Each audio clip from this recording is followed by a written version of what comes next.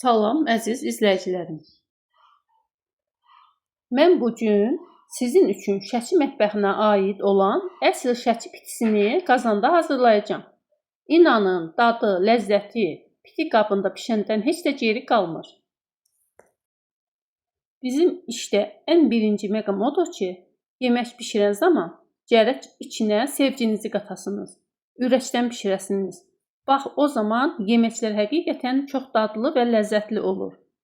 Əgər evinizdə piti qabınız yoxdursa, heç dərd etməyin. Siz də eyni ilə belə hazırlayın. Mən videoda hər bir məqamı sizə tam açıq qeyd etmişəm.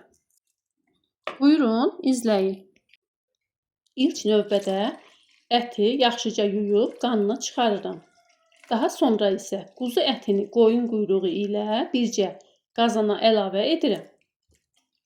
Daha sonra qazana 1 litr soyuq su əlavə edirəm. Qazanın altını cur yandırıram ki, ətin kəfi üzünə tez gəlsin. Bu arada yeməyimiz üçün 2 ədəd orta boy soğanı xırda-xırda doğrayıram.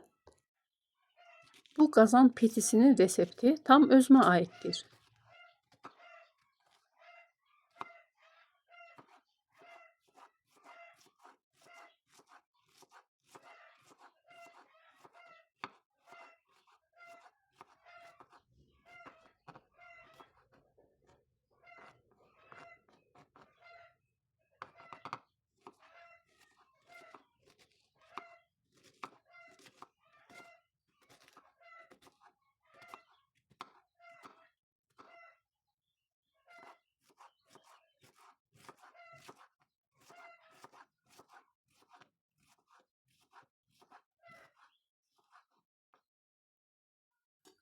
Gördüyünüz kimi su qaynadı və kəf tam üzünə çıxdı. İndi isə pitinin suyunu tərtəmiz və duru olması üçün ətin kəfini yaxşıca alıram.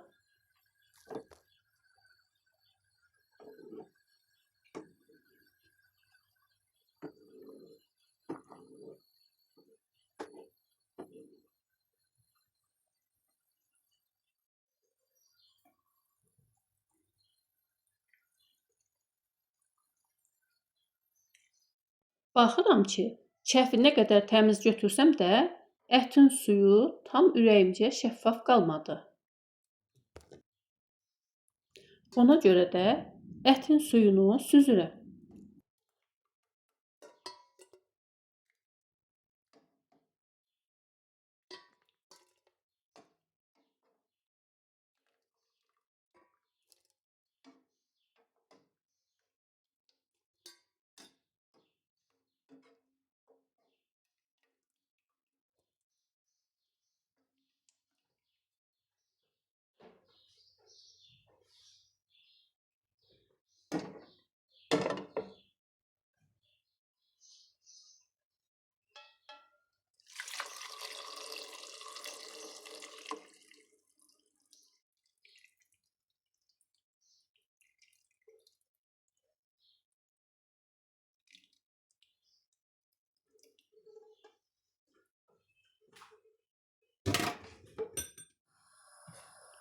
Qazanı yuyub ocağa qoyuram.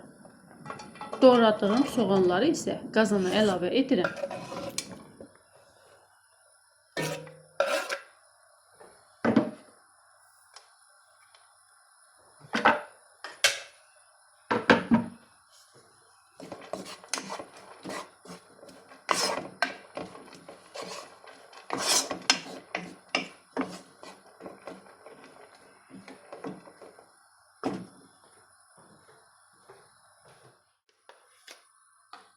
Bura çay qaşığının ucunda biraz duz, 1 xörək qaşığı çərə yağı əlavə edib soğanı azca qovururam.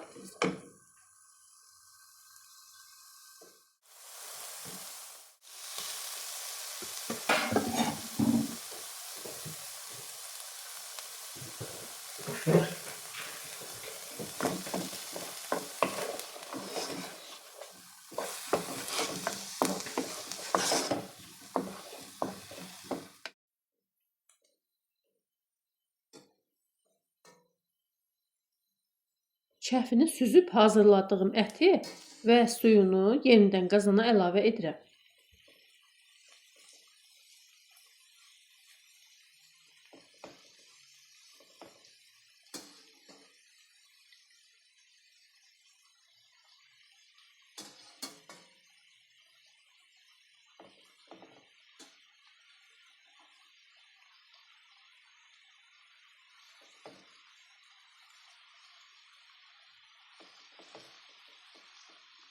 Əziz izləyicilərim, bura vacib bir qeyd də əlavə edim ki, noxudu yeməyə vurduqdan sonra qazanı qətiyyən qarışdırmayın. Çünki qarışdırsanız quyruq parçalanıb qarışar və yeməyimizin o gözəl səliqəli görüntüsü itər.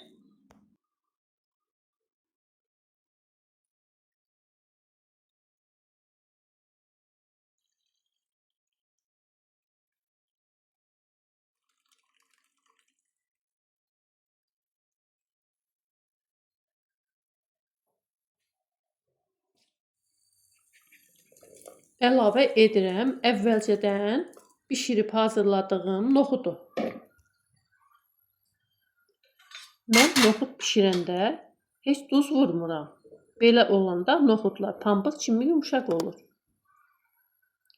Ona görə də duzunu yalnız yeməyimiz tam bişib hazır olmağa yaxınlaşanda əlavə edəcəm.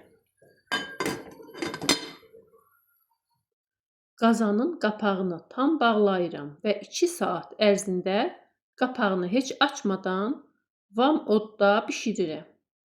Mən bu pitini quzu ətindən hazırladığım üçün tam 3 saat yarıma hazır oldu. 2 saat keçəndən sonra qazanın qapağını açıram. Bura şabalıd, cavalı qurusu, zəfəran və bir dolu çay qaşığı duz əlavə edirəm. Çalışın, siz də həmişə yerli zəfərandan istifadə edin. Çünki yerli zəfəran yeməyə tam başqa bir ləzzət, fərqli bir ətir qatır.